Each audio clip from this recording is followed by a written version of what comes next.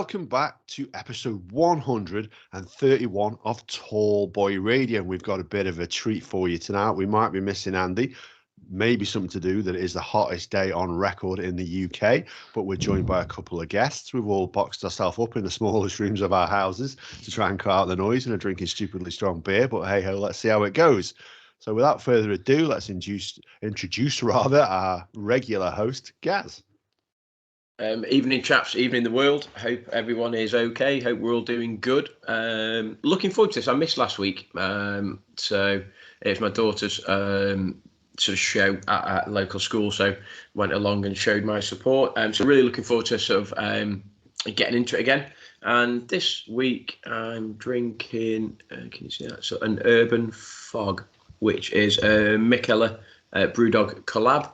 I love this drink. I'm drinking out of a left glass. Where's the best place? There you go. There you go. Left glass. And lovely amber golden colour. And just in case that goes, I've got myself another one.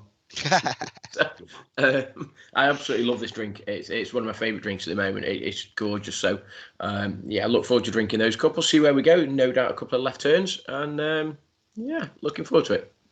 Indeed. Pleasure to be here. Indeed. And we're also joined by Mike, all the way from Kentucky, the host of the Happy Hour podcast, who is going to be our Andy for the night. Do you want to say hello, dude? Hello, boys. Thank you. Thank you so much again for having me on the show. I always love working with you guys. Awesome. And I'll tell you what I'm drinking before I introduce our final guest. I'm drinking the Beavertown Solar Flare, which is a hazy double IPA. And just like Gaz, just in case that one goes, I've also got a Russian Imperial Stout, just in case, for the hottest. You should have gone for that one first, shouldn't you? Oh, no, not hottest day of the year. I'll be chewing that one down. I'll never get to the other one. So we're also joined as well by a guest, and you might know him as the Brick Geek. It is Phil, and he's all the way from, Manchester, actually not too far from where Andy lives. So do you want to say hello and tell us a little bit about yourself? How you doing? How's everyone doing? It's warm, isn't it? I have to say, it's really, really hot today. Yeah, I'm good. Thanks for asking. I'm from Manchester, and I started running quite a popular Facebook group about 5-6 years ago, expressing my love for Lego, because a lot of people have mixed opinions about Lego, don't they? I think it's going more mainstream now, but when I started doing it, a lot of people were it's a bit strange. Do you know what I mean? What are they doing? Why are they building Lego? And I just wanted to make people think that it's not strange. That's all, because, it's not really that strange, is it? Let's be honest. There's far more strange things. And, at the end of the day, what you're doing is, it's a great way to express yourself, I think. If you're building mocks, like my own creations, so you're building your own creations and stuff, it's just an endless possibilities of creation, and you can build anything you want, absolutely anything you want, from anything, from the smallest bricks to I've been hooked since I was a kid, let me tell you. It's had plenty of money out of me. Well, Mike, I'm just saying that doesn't look like ginger beer, dude. No, I actually I had ginger ale, Canada Dry. Ale. But just getting home from a long day at work, so I spike in it with some Jameson Orange Irish whiskey. I noticed Jameson. I was like, that doesn't look like ginger ale. Oh, what was that big thing you were glugging? Yeah, that's a good question. And Gaz and Andy, Tabs wanted me to send her love to you guys. Well, reciprocate that. So yeah, absolutely. She's still at work, and she won't be home from work till later on this evening, and she wanted me to send her love to you guys. I appreciate that. Right back at you. Yeah, absolutely. So we were just talking then about the Lego, dude. So you sort of started off there by saying, I'd be interested to know then, obviously, because we know that the boxes are pretty expensive to buy. So do you build a lot from scratch? I know recently, because we'd seen on Facebook that you'd been building this bad boy as well. Yeah, it's a nice set. To be honest with you, I started.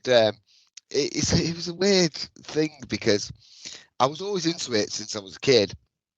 But as I grew up, you go through it. A lot of adults have gone through a period of not actually even looking at Lego for a very long period of time. But then they'll see something. Now, to me, Lego, and I think everyone knows, Lego's deep rooted in nostalgia. So all it takes is a fan of something to see something that they like or trigger off a memory from the childhood and like, right, I want that straight away. And then before you know it, your natural building instincts, it's in everybody. Everyone has a natural builder instinct. It's just doom, right? A boom. I mean, sorry, I want that. I want that. I want that. I want that. And before you know it, you've got a house full of Lego. And it's, as we said earlier, it is an expensive hobby, isn't it? Yeah, very, very expensive. I mean, some figures are, I mean, so rare. The thing is about Lego, I've collected Star Wars, Star Wars figures and things, but Lego's very, very collectible, and it's really quickly collectible as well. So normally you have to buy something and you can wait 10-15 years before it could be worth anything, or it might not be worth anything. So your money there is gone, isn't it? It is gone. Essentially, but with Lego, it does have a great collectible feature. I mean, if you buy certain sets, obviously not every set's going to be worth money. Not every set you're going to make money on, which is not what it's about. But if you're doing it, because collectors literally do it to have a collection and find out what it's worth, so it increases in value. That's what collectors do it for, don't they? I mean, to be honest with you, some figures are £1,000, £1,500, £2,000 figures. Wow, big money. That's ridiculous. I mean, I've got figures here that are worth. I can show you. I've got every single Lego minifigure ever made. Really? Well, I'll show you. I'll just give you an example. I store them because they get dusty, and I don't like the dust. And obviously, it creates it's a bit geeky, right? Whatever. So, I don't mind geeky shit. So, I'm sorry. Go ahead. I literally put every single series in a plastic bag in there, and there we've got every single one. So it's literally ranging from series 1 to series 22, all the side figures and all the side ones in between. It's a big cupboard full. It's not a little. It's not. Well, I'll give you just 1 second. I'll show you. This is. So, do you have a favorite Lego set? Oh yeah, I've got a few. Well, there's a few, but it's hard to tell because that's an example. They're full seasons of series of figures. Wow. Yeah, so I'm a bit obsessed, to say the least. On to the favourite Lego set. Yeah, you see, the thing is with Lego, as I say, it's so rooted in nostalgia. And, everyone, the 80s and the 90s were a great time to grow up, as we all know. And the films were really good. And we're still hooked on that now, which is funny, because people are still rehashing that whole thing now. So, I mean, to say what my favourite Lego set is just a bit of a. I could say one, but then next week another one will come out, and then I'll be like, "Oh my god, this is the best set I've ever built in my life. This is amazing. Oh my god, this is amazing." And I go to my missus, I go, "Steph, this is absolutely amazing." This set, she'll be like, she's just looking like, "Are you sure?" I'm like, yes, it's amazing. So what's the next set you're going to build then? I'll tell you, there's a few that I really, really like though. There's the Monsters, the Haunted House, the Haunted Mansion from the Monster Fighters, the original one. That only came out for a short period of time. I actually don't know the set number off the top of my head. It's only a very small set. It's only about 2,000 pieces, but just a really good set. It reminds me of the Addams Family, and I love the Addams Family. And Lego never brought anything official Addams Family out, so that's what we got. And then, if you want to talk like the new Mos Eisley Canteen is amazing. Yeah. From Star Wars is absolutely fantastic. I love that. That's like 3,500, 4,000 pieces. It's just that's a lot. Yeah. What? That's a lot of bricks. Yeah, it's not build count. Build way bigger than that. Way. I brought one of my sets. It's Lego Batmobile.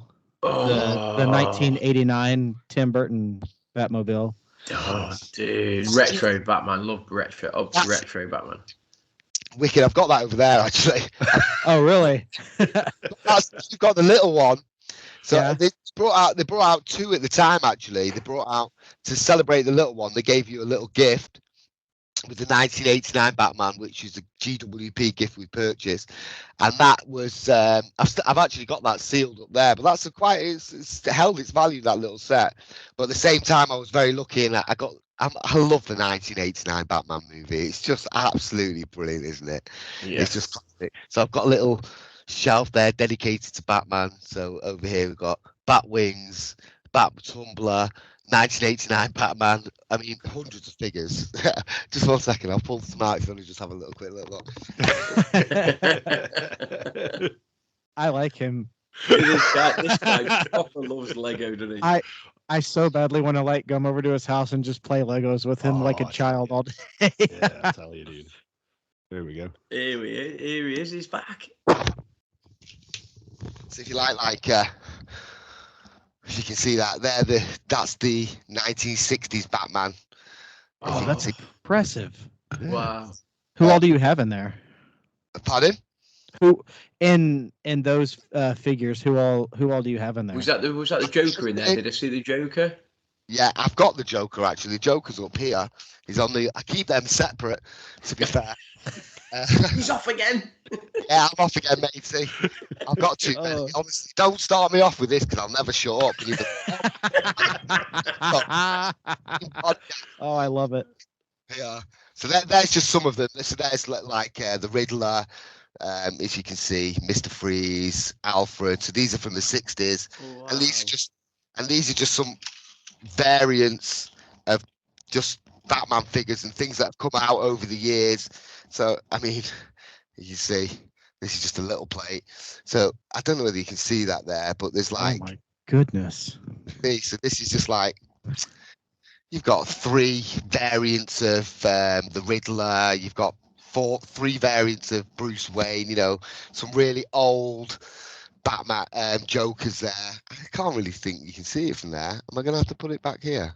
I think the blur on my camera's not doing me any justice. Just slide it to your left a little bit. It might be slide. Go to there. You go. There you go. There's the sweet spot. Look. Oh, that's Look at it. No way. Look at all that. My God, I want to come over to your house and play. Reincarnations of each of the different characters then? Yeah. Oh, brilliant, that is. Yes. So basically, there's all different types. So here's an example. So I'll just show you. So there's Mr. Freeze, and there's another Mr. Freeze, and there's the one from the 60s. So Lego, to be honest with you, people have come to me over the years and they've started building Lego. Like, I'm absolutely obsessed. I want to get every single Star Wars set. You know, I mean, it's just, if you didn't start at the beginning, it's a practical impossibility. I mean, there's so much stuff. There's that. I know people that have garages. I have a very small, nice, clean, neat room. People have garages full of it. You would not believe, you know. And they spend a lot of time building, you know, their own creations and making their own dioramas and making all their own scenes. I mean, some people are just, it is a way of life, really, because it brings people together as well, which I find, which is a really good, because it's quite niche. Very niche. You know, and people, Is there a set out there that you haven't built yet, but you would like to purchase and work on? Like a Death Star, Millennium Falcon size set? Well, to be honest with you, Star Destroyer, crap, you wouldn't actually believe that I probably built, currently up to date, I probably built every single set that I wanted to build, every set. Had all the modular buildings, I built all the UCS, pretty much. I built the UCS Falcon, which is 7,500 pieces. Wow. And that's the Millennium Falcon, which is that big. I mean, it's massive. You can't pick it up. You've got to hold it with 2 hands. I built pretty much everything. I am looking forward to this one, though. I have to find the set number. Maybe you could get it up on Google. How long did it take you to build that Millennium Falcon? Good question. Oh, I did it on my own. It took 24 hours, 24 solid hours. So I obviously took a break, but I time when I build. So sometimes... that is impressive. Well, it takes a lot of patience. That's the thing. The key is patience to it, and keeping your child out of the room. Your child out of the leg. Man, don't I know it? Yeah. This is my toy. Leave me alone. Yeah. Yeah. Right. Yeah. This Dad, I want to build. No, go away. We're not up to that stage. We're not up to that stage. Well, he is actually building, but when we're up to the stage of he sees cars like I've got the. You love Back to the Future, I mean, I don't know whether you do love Back to the Future. It's just a classic, legendary. Everybody loves Back to the Future, don't they? Yeah. Well, Lego just brought out a really cool DeLorean. I'll just show it you. He's off. He's off. And he's got a thing for this. What? Man, look at that. Has it got the flux capacitor though? That's yeah, it has got. It lights up as well. It does. Oh, light are you up kidding me? And you can actually, can you light it up for me, please? Yeah. Oh my God. Actually, heaven. Lego porn for Mike. Phil is my people. That is epic. Oh, that's amazing. That is amazing. Yeah, it's very, very, display on there that says like 88 miles an hour or whatever it was that it needed to kick in. You know what I mean? Yeah, it has it all there. It's got the date. It's got the display. It's got. I mean, it's so. This is the thing about Lego. You see, the designers are so good now. You just want to build it because the design is. You're not just. Everyone thinks it's just bricks that you're putting together, but it's not really that simple. And you can get stuck. You can make mistakes. You know, I make mistakes all the time. You know, and there's another one here. If you like it, yeah. Hey, I don't know whether you like Transformers from the 80s. I do. Them. Yeah. So there's Optimus Prime. Optimus. Oh, Optimus. And does it transform? Yeah, I know the answer to that question, but I kind of want to see it. Yeah. No, it's truck form today, mate. Honestly. Oh, okay. Your task, should you wish to accept it, is in the next 45 minutes. Yeah, there's a lot of it. There's as I say, it touches. As you can see, they're two of the biggest licenses from our childhood. Yeah, absolutely. Oh, yeah. Absolutely. Just talking about sort of Lego and bringing people together, and it's weird because I listen to TalkSport a lot. I love sport and stuff, and I'm sure it's a guy called Darren Ambrose who's an was he like Palace or somebody, and London-based guy, and he was hosting with Andy Goldstein, and he's a massive Lego collector.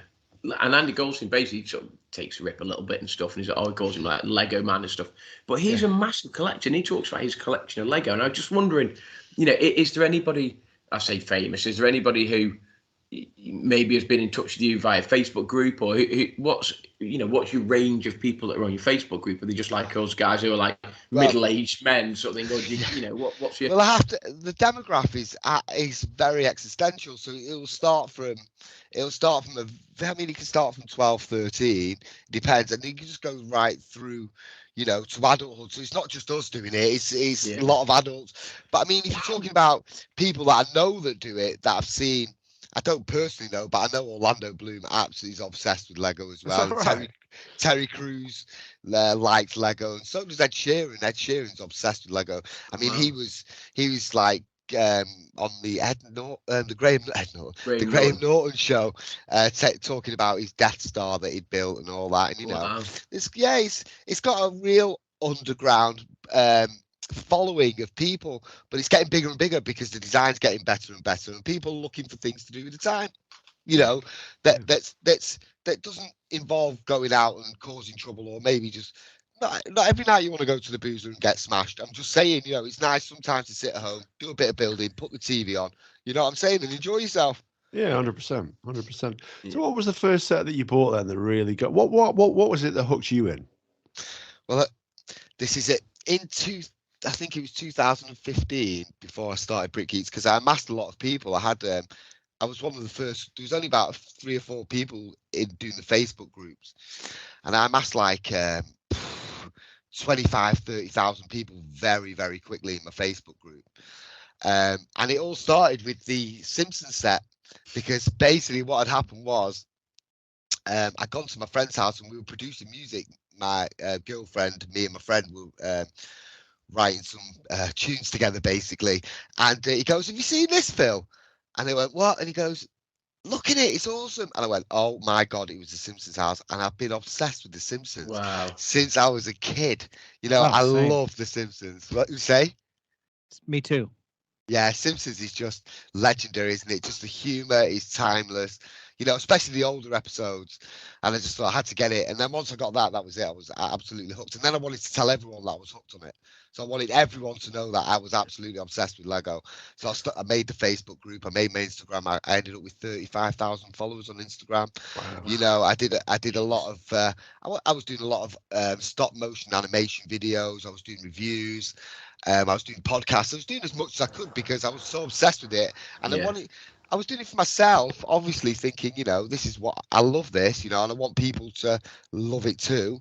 But also I felt there was because there was peers, people like my brother, for example.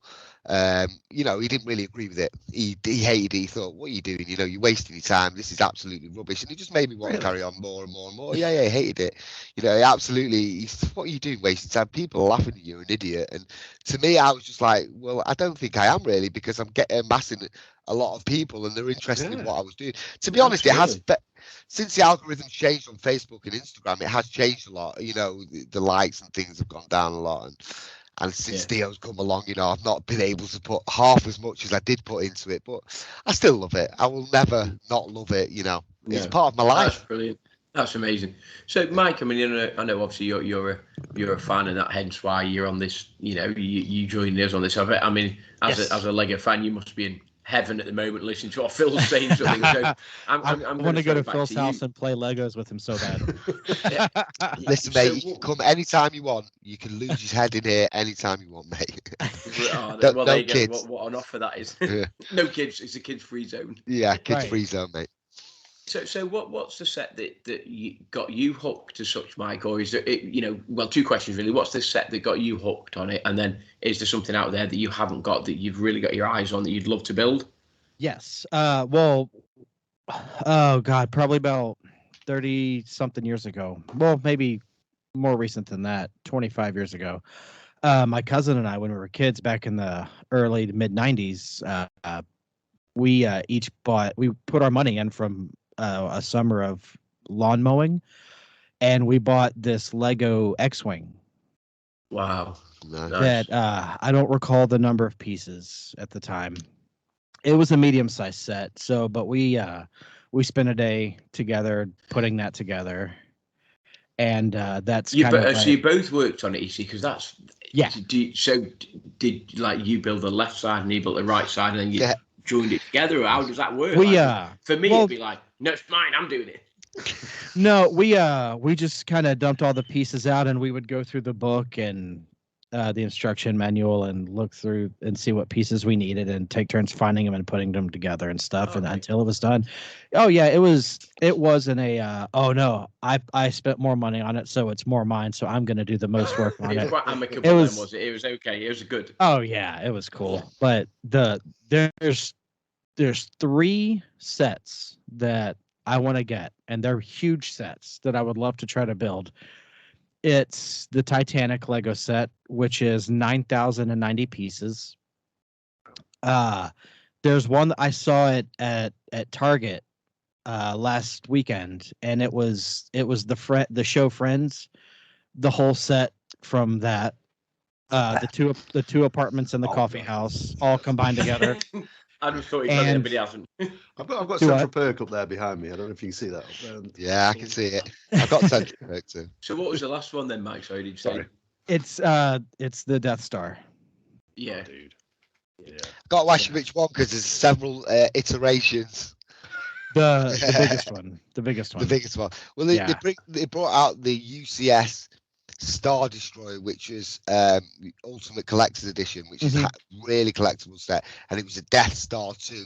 So the Death Star 2 was just battered, wasn't it? It's all fragmented. That's a great set. It looks fantastic when it's displayed as well. They've never done that again though. They've only ever brought one of them out. Yeah, that'd be one that would be it would be interesting to try to build that one, because of the way that the Death Star 2 is all fragmented up and it's not fully together. So I'm sure there'd be a lot of more smaller pieces with that than there would be in the original Death Star.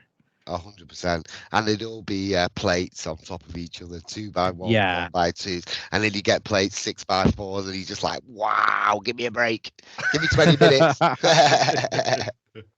I'm after the one that you asked me before what set I was after, and I've got to say there is only one. It spurred it with his speaking then, made me remember. And I don't know whether you got the internet, but I think whether you got the internet open at the minute, but I think you should have a look at Lego Lions Castle set 10305. Now that's a serious set. This is just coming out. It's actually coming out a few days before my birthday. This is one that I really, really want. It's to commemorate 90 years of Lego. And do you remember the old castle? Yeah. Can you see it? No, I have seen it recently. I've seen it on their site. Yeah. Yeah, oh wow, that's a beast of a set. But as I say, it's very expensive. It's 350 quid, £344. Yeah, it's a lot of money. A lot of money. But just speaking of expense, I'll tell you a story as to what got me into Lego actually. So I bought a load of sets for my kids at once. Now I manage a store, and my store is one of the few in the company that actually sells toys. And there's a woman it's a friend of mine's wife, and she manages another one of the stores. And she says, "Can I send you a load of these toys, a couple of cages worth of toys, because I can't sell them here." So yeah, send them over. I've got plenty of room in the warehouse. And it came through.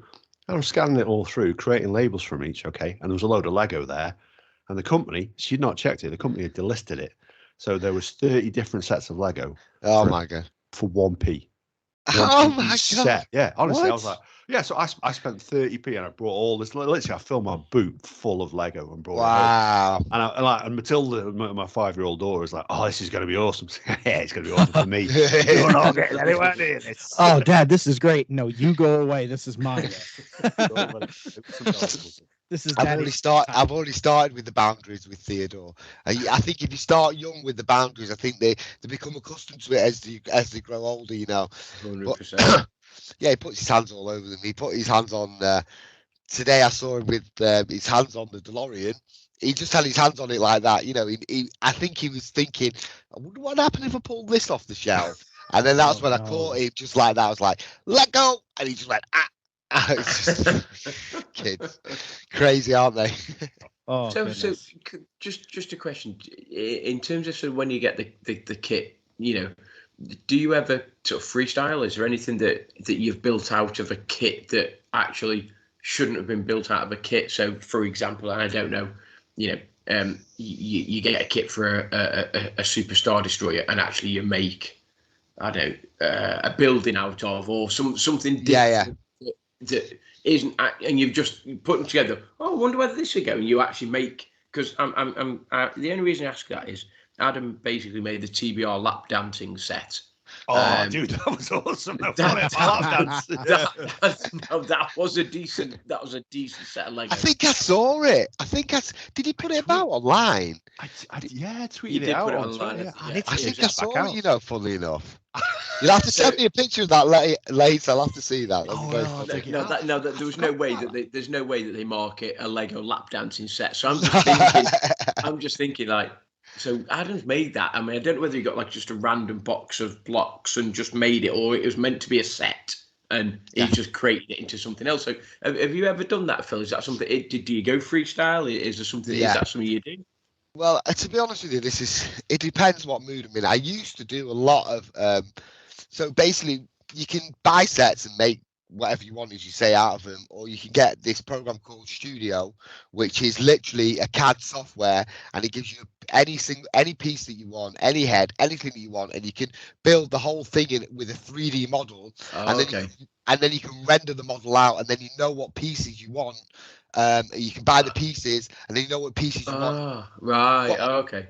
But on to that question, yeah, I've done it a few times. Yeah, like I don't do it now because of the software, but before that software was out and it was proper, it functioned well.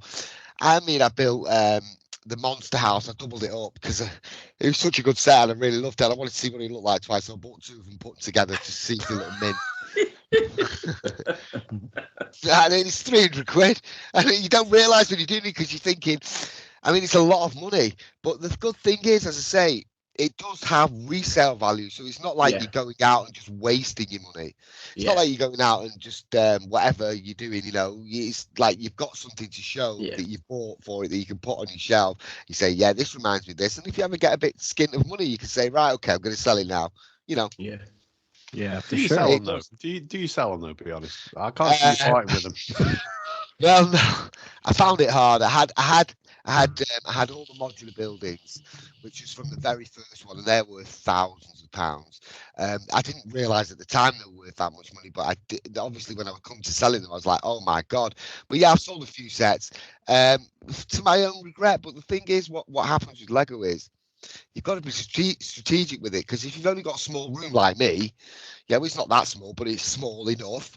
Yeah, you can only put a few bits out before you can't see anything. For me, Lego, it's like anything in life, less is more. So to me, the least sets you put out, the more you can see the sets, and the more impressed you are because you can go through your sets. So I know it's really geeky, but I have like a rotating display. So I have a spare room. So I put all my Lego sets in the boxes when I finish with them, and I want to put the set out, and then I'll bring it out and put it out back in the plastic. But surely that's the best way to do it, because you do it on rotation, and then somebody walks into a room and you've got like a focal point. It's like, oh my God, like that's amazing. Yeah. Whereas if you were just walked into a room just full of it, you'd be like, yeah. Exactly. Do you know what I mean?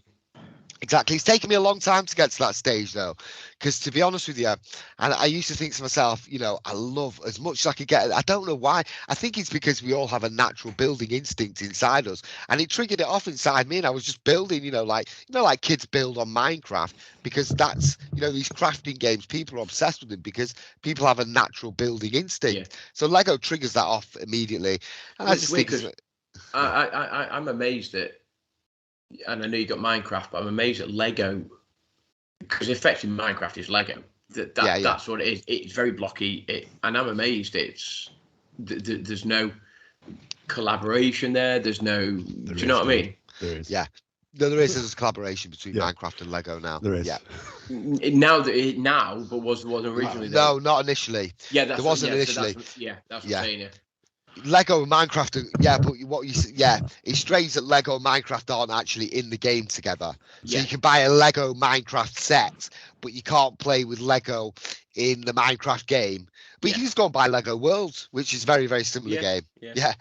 But it's a very addictive hobby. It's a very expensive hobby, but it's super rewarding. It really is. I mean, plus, because when you first start and you go into the field of meeting people, because I met a lot of people. As I say, I had 25,000, nearly 30,000 members in my group at one time. There's a lot of spammers towards the end, so I filtered the group down. I just let it run itself, and I wanted a smaller group because I couldn't be bothered with all the people, spamming and me. All I wanted to see was Lego and pictures celebrating the Lego. That's literally what I was in my mind. So I don't know. Over time, I was just. Over time, it's worn. It's not worn thin. I'm still obsessed with Lego, but I don't push it as much as I used to because there's a lot of other people doing it now. And a lot of people have, they're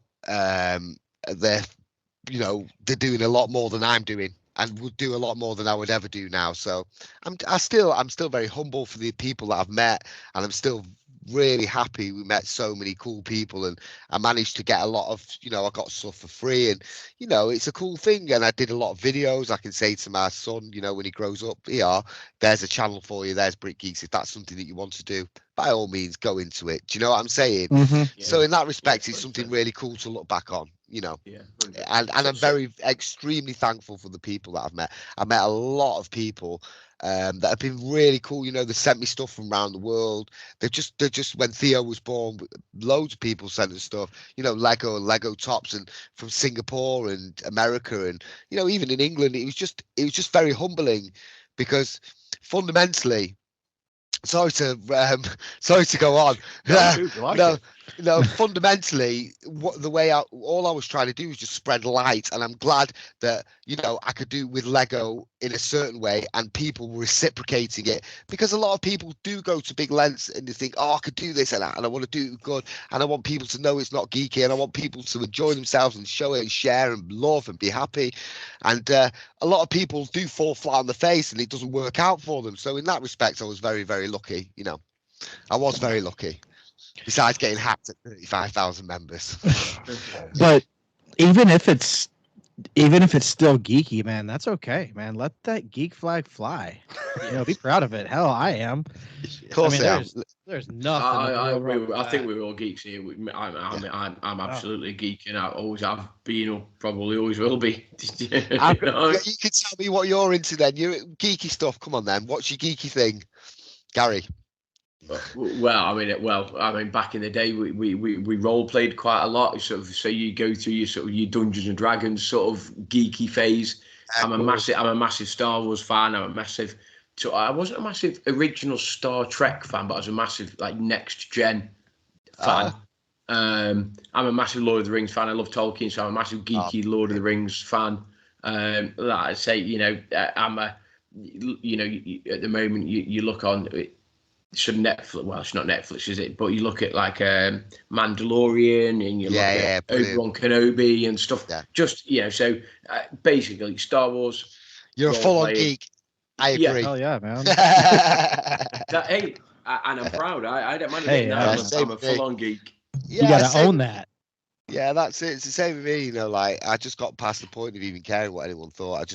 I was just doing it because I wanted to spread love, and I wanted people to know that Lego's a great way. It's great for kids who have, you know, any sort of problem. It's good for, you know, functionality. It's great for creativeness. There's many. The only problem is it costs so much money. Yeah, but it's great because I mean, I'm a deputy head of a sort of private independent school, and all of our pupils have an EHCP, so effectively a bit of a special needs school. And Lego, we use quite a lot of Lego for fine motor skills. So we try and develop fine motor skills, just in terms of the coordination of actually putting the blocks together and then creating and building something. It's problem solving. You know, you throw loads of bricks on the table and it's like, right, okay, so what can we make now? So there's teamworking going on, there's communication skills going on. You know, there's a vast array of skills that you can teach just from a set of Lego. Well, and that's on an individual basis and a group basis. You know what I mean? It's a very good point. Even on an adult level, I was really bad at organisation, you know, at one point, and I just find it an incredible way to learn organisation.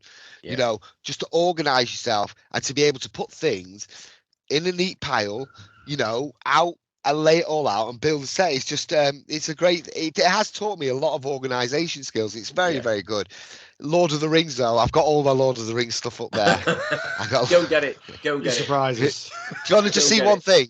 Yeah, go and get it. Yes. He's off again. Go and get it. I have to. I'll show. Yeah. I've got the Tower of Orthanc up there, but I can't take that down. But this is one of my favourite little sets. I have to take a photo of that because I have to show Tab. She's a huge Lord of the Rings fan. Yeah. Oh, look at that. That's beautiful. Yeah, it's great, isn't it? And then inside it, oh, sorry, that's all the spare bits. Oh my goodness. Yeah, that's organized. You just said you were organized. Yeah, I am organized now. Yeah, there you go. Look at that. This is all just the like the tools, you know, like weapons and things, so I don't lose them. But it's really good, really, really well made, you know. But I've got all the Lord of the Rings sets, every single one of them. So the Shelob. In fact, I'll pull down my Lord of the Rings figures just to show you very quickly. You started me off, and this is a big plate. This is a big plate of figures. Oh wow, you're wrong there. Gee whiz. Oh man, look at them. So you got everyone on there. Look at Gandalf there, second from the right. You've got the mouth of Sauron there. You've got Sauron, Saruman, all the orcs. You know, you've got everyone. Oh man, look at that. That's you know, as I say, it takes a long time to collect.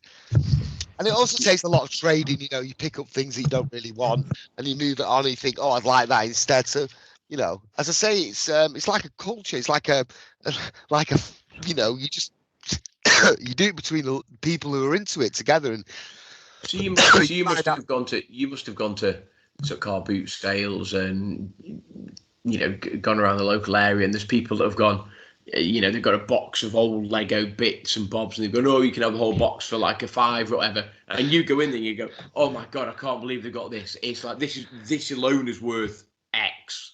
And you such just think, a brilliant, I'd brilliant experience. Give you $5 for a whole box, and you just like, and it's like a treasure trove. You go in there, you're like, woohoo! Oh, it's brilliant. It really is. Yeah, completely. It's happened loads of times. I mean, I've got to say, the first time I went to go and buy some Lego, I had a Samsung S5, so that shows that it was an S5 when I say it was an old Samsung, and this guy had a room full of Lego, literally, and he said to me, do you want this room full of Lego? Because I went to go and buy it, and then he said, have you got any more? And he went, I wanted to keep as much as I could. I've still got some of it left. And he goes, yeah, you can have it here. There's my. I said, what's that phone? I said it was an S8. I think it was an S5. He said, I'll tell you what, give me that phone, and you can have this. And he went, and I just quick enough. Honestly, I came out with a car. I mean, my car was rammed to the brim. And I went through it, as you say, it was brilliant because I didn't know what I was getting. I didn't even know what I was buying. I just bought it because it sounded good. And when I got it home and I got it out and I started researching what I'd bought, I was like, oh my God, this is the best thing I've ever done in life. I love this. This is amazing. It's super collectible. It's super cool. And it's just addictive. It's great fun. Really good. Love it. Wow. So, guys, you said you're a big Lord of the Rings fan? Mm-hmm. So, I know it's a long ways away, December, but we're going to be doing a 3-part series on the trilogy. Okay. You want to join in? 100%. 100%. One of the best film. One of the best trilogy of films, anyway. The books are fantastic. To me, Tolkien is God. Tolkien's a yes, amen. He's an absolute literary genius, and when I talk to colleagues and friends and fellow geeks, you know, he didn't just create the story; he created the genre. Before him, it just didn't exist. Yeah. No. He was the first one. And he's written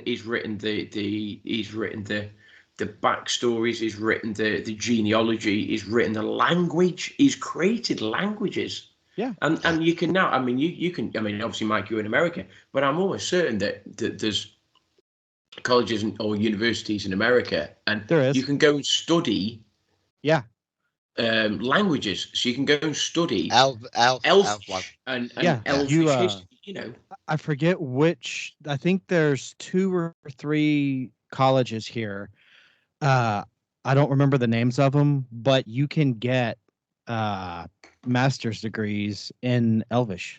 Yeah, it's incredible. Yeah.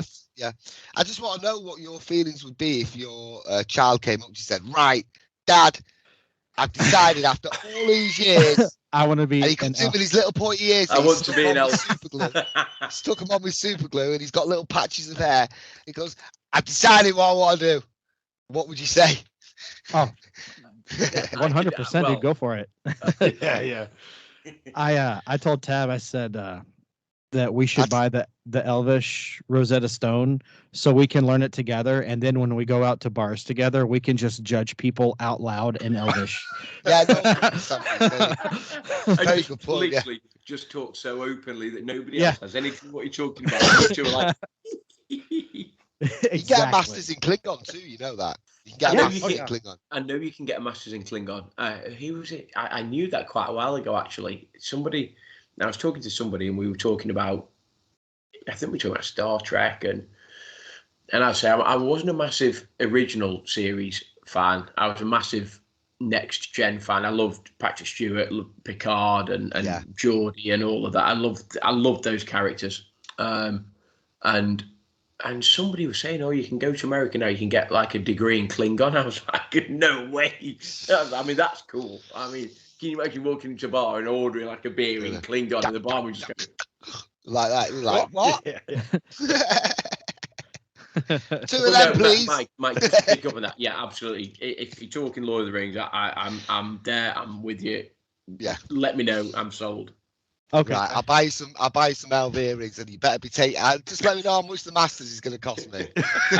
She actually got a set of elf ears from a mutual friend of ours for her birthday back in February. And please tell me she went out and drinking with them on. No, they've been sitting on the bar in our kitchen ever since. She doesn't want anything to happen to them or to accidentally lose them. So they're just kind of like on display. They're her Legolas ears. Nice. Oh, class. Yeah, it's great. Lord of the Rings is a timeless, and you're right what you're saying there. It's just set the precedent. There was nothing before it and everything after it. So there's your answer. You know, before it, there was, there was sort of stories and myths and legends, but he whether or not he took inspiration and molded it, but he created that whole genre of elves, dwarves, fantasy, the races of men. He created that, and And I mean, I'm hijacking. There's your left turn, by the way. We started talking about Lego and now talking about Lord of the Rings. I'll talk about anything. Carry on. Your left turn. There's your left turn, by the way, just in case you didn't notice it. But for me, I've read Lord of the Rings, the trilogy. I've probably read it 5 or 6 times, cover to cover, and obviously bits and bobs you dip into, you dip out of. And Silmarillion, I've read it. It wasn't a massive favourite of mine, but Lord of the Rings is just a phenomenal book. And actually, I think they did a really good job in the films. I was a little bit disappointed with Tom Bombadil and him not necessarily being in it and stuff. But yeah, they did a few. I think they did. I think they did a really good job. I do. I think they did a really good job. I think if they put Tom Bombadil in it, those movies, there would have been at least 3 more movies. Yes, just to cover Tom Bombadil. Yeah. Yeah. I tell you what, though, I have to say, in the films, though, if you weren't a Lord of the Rings fan or you didn't know much about Lord of the Rings before you watched the films, now I know a lot of people that had never read the books, didn't know really much about Lord of the Rings, and when they come to watch the films, and they were just like, wow, this is amazing. So even on that level, on an entertainment level, they did a fantastic job of adapting 3. I mean, how thick is Lord of the Rings? The book, it's massive. It's huge. It's like that thick. To get that into a film is very good.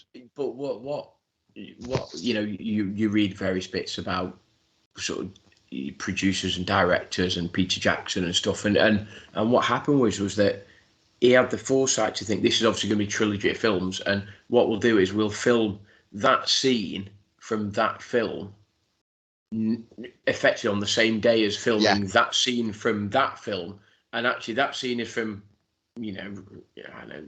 sort of Return of the King, and that one's from Two Towers or whatever. You just think, Jesus, like the visionary bit of doing that, and then all of a sudden you mash it all up and you end up with a trilogy. I'm a geek. I openly admit it, and I love Lord of the Rings. If someone says to me, "What's your favourite book?"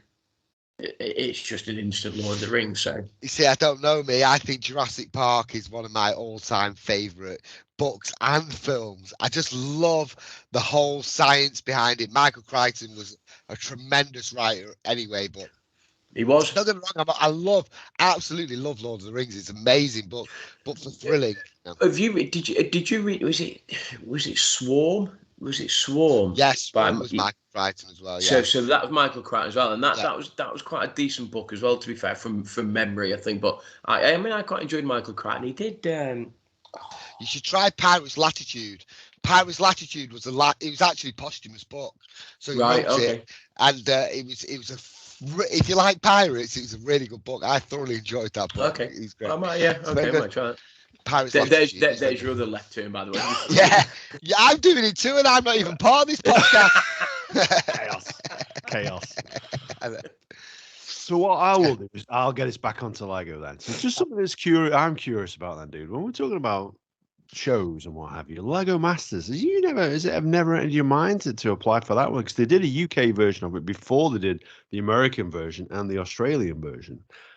Well, I got a message in my inbox the same time as on my Instagram inbox at the same time as my wife was pregnant with Theodore, my son, and basically they were going to pay for me to go to America, to go to LA, to go on the first Lego Masters.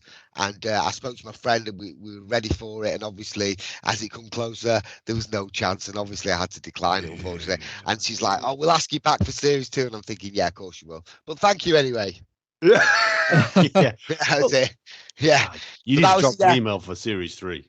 Yeah, well, no, they sent me. They were going to pay for me to go to LA, and me and my friend, and literally expenses and everything to star in the first one.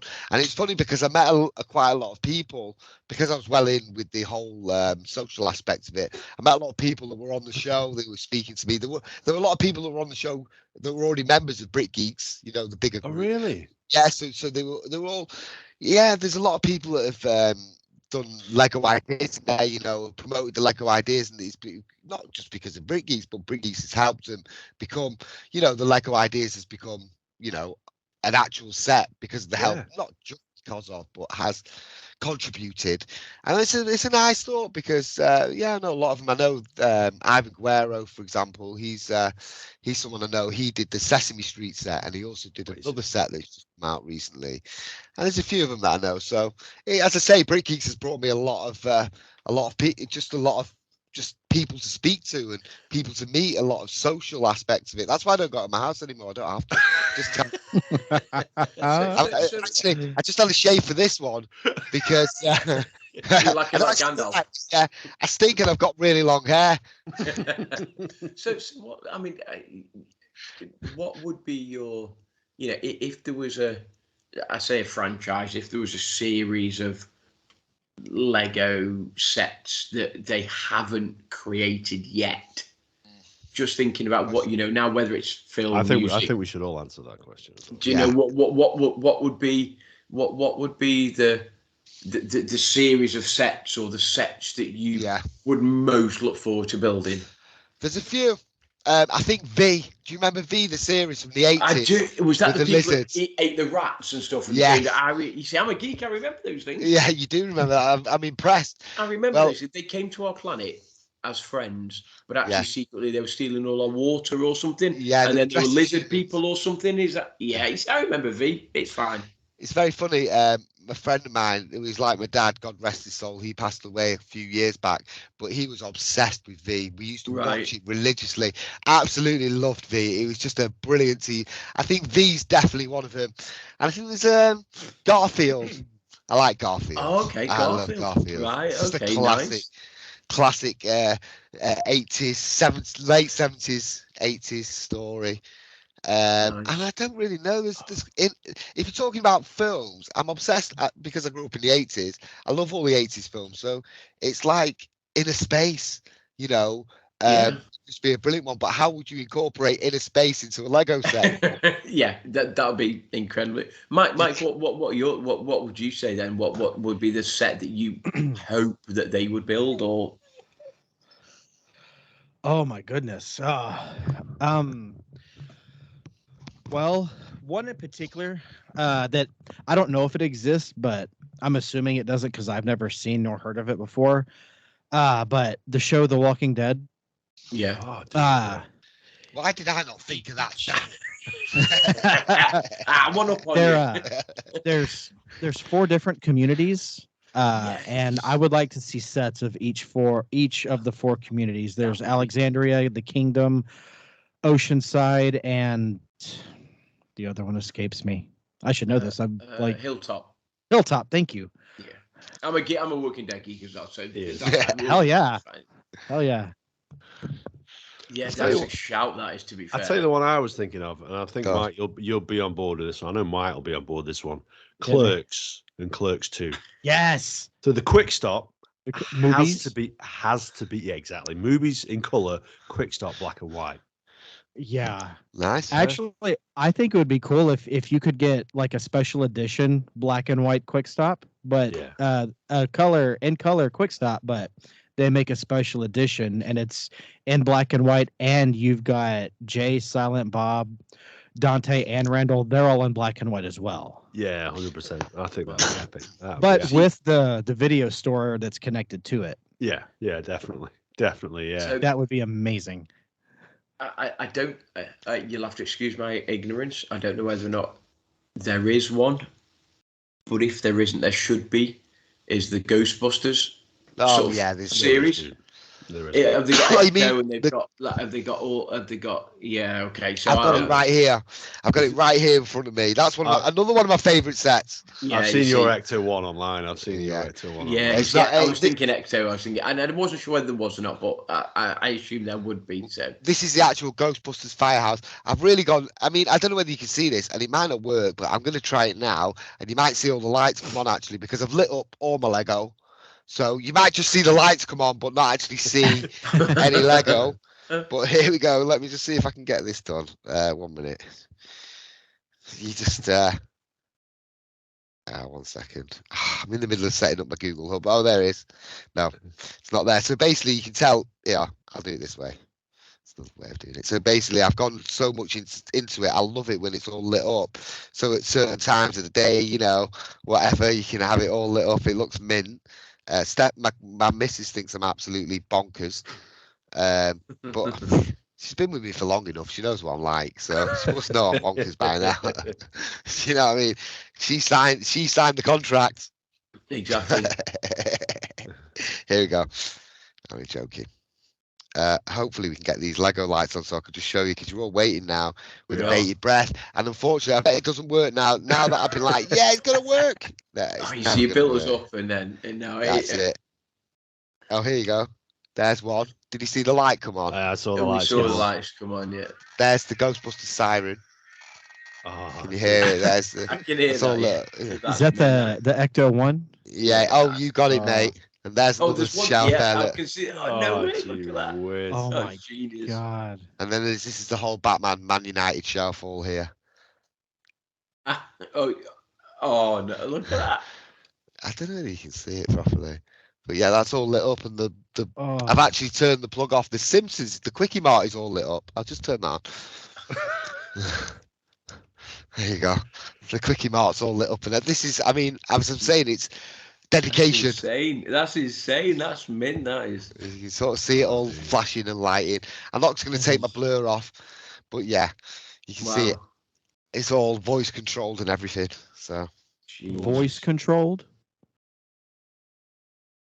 Yeah, by the sounds of it.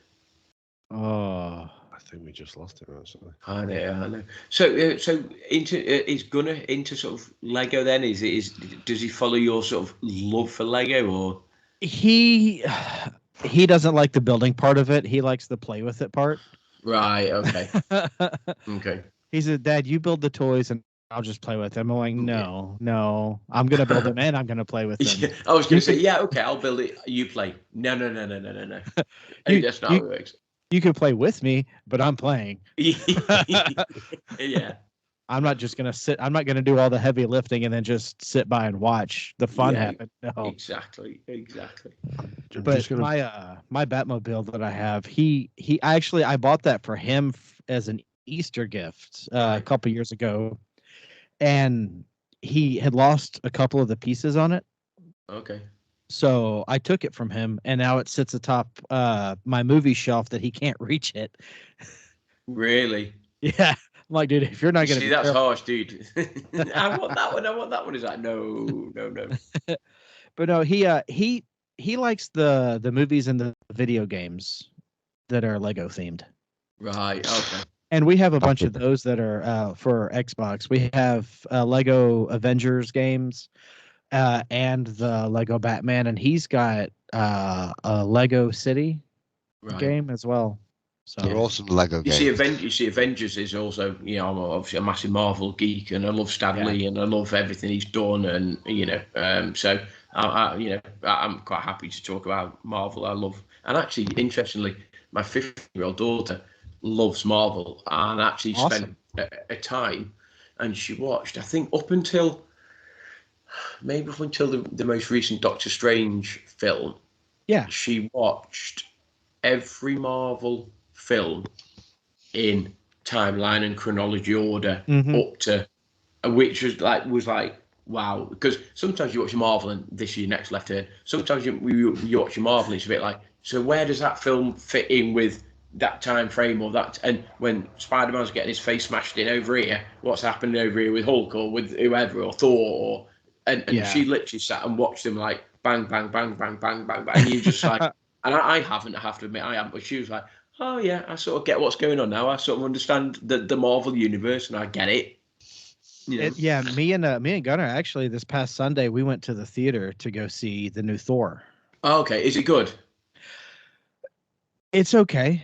Because you see over here, they're saying it's the best Thor film ever, and it's fantastic and it's brilliant. But I'm a bit reserved. Is it Thor or is it drunk fat Thor? No, it starts off that way, but there's this it's almost like an 80s Rocky montage of him working out. And he gets his muscles back and his abs and all that stuff. They show all that, but he starts out as Fat Thor. You see, drunk Fat Thor's pretty cool. He's cool, that guy is. He's yeah. Oh, he's so relatable. Chill out with. He's the guy I'd like to drink with. Yeah, he's brilliant, that guy. Yeah. Class. No, I played a lot of Lego games. I used to stream a lot of Lego games as well. They're very good. They have a Lego game for everything. You know, if that's what you're talking about. Yeah. The Dimensions game is insane. Yeah, we have all the Lego Batman games for Xbox. That's the biggest collection of those, and we have one Avengers. Okay. One Avengers game. They get very addictive as well. You start playing the Lego games, They're man. Fun. They're really, they are. Especially the Lord of the Rings one, Gary, for you, mate. Yeah, it's actually really good because it's a big Lord of the Rings open world and it's got Minas-Tirith in there. It's got everything in there. Wow. You know, and you can just literally travel around as the Hobbit or any character. You know, Sauron, Saruman, everybody, and all. Yeah, it's really good. You gave away your secret there because you travel around as a hobby, don't you? That's what you just let that slip there. That's why you look. Don't tell anyone. Yeah. Good job. I put myself in there. Yeah. I've got Lego the demo to the Lord of the Rings, and the only level you can play on that is Helm's Deep. Oh yeah, it's good. It's a long stretch level to play, but it's fun. And me and Tabitha, after we put Gunnar to bed on Saturday nights, we'll have a bunch of beers and we'll play Battle of Helm's Deep on Xbox. It's brilliant. It's really good. They're really good. Lego, I think, is really appeal. Obviously, it's been going that way for years, appealing to adults. But now it's at a stage where adults are really involved, really loving it. They're directly marketing to adults now, so they say this is for adults, which some people have been like, nah, I don't like it, and some people are like, well, it obviously makes sense because they've been doing it for years, so what's the problem? Yeah, 100%. So that's where your TBR lap dancing bar comes in, dude. You got to market that to us, you know what I mean? Yeah. I don't see that taking off. I don't see that taking off. And that's a shame. Yeah. It was a good set. It was a good set, dude. I'll forward you on a picture afterwards. I'll have to. I only ever shared one picture. I shared it on Twitter. I guess I can't even remember it. I can't believe you remember that, actually, dude. That's quite impressive. Dude, I remember it because it was so cool. Literally like, yes, that's Adam. Yes, that's Andy. Yes, that's me. It was brilliant. It was brilliant. It was. I'll have to try and find it. I'm gonna have to try and search it. Yeah, have a quick look through. I'll put it on Twitter. So we're coming up to around about the hour mark now, Phil, but we had a chat yesterday, and actually you sort of alluded to a little bit there earlier in the episode. As it turned out, did you want to share about a famous relative of yours? Which really took me by surprise. Oh, yeah. Oh, we're speaking about, music is like something that I absolutely love. It's just part of my life.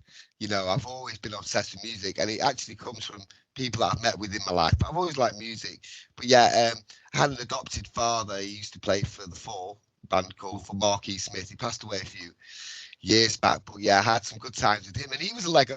Speaking about that, I mean, he loved Lego. He encouraged me. Right? He absolutely encouraged me. I've got videos of him holding some sets, He encouraged me, and unfortunately he passed away. It's very heartbreaking for me, and I find it hard to speak about. But 5 years ago, just before he passed away, he came to see me when he was really not well. He's literally on his last legs, and the last thing he said to me was, whatever you do, don't give up Brick Geeks. That was one of the last things he said to me. Wow, really? Yeah, so in my head, I'm just like, oh, damn, I'm stuck now. No, I'm only joking. I love it. That's a joke.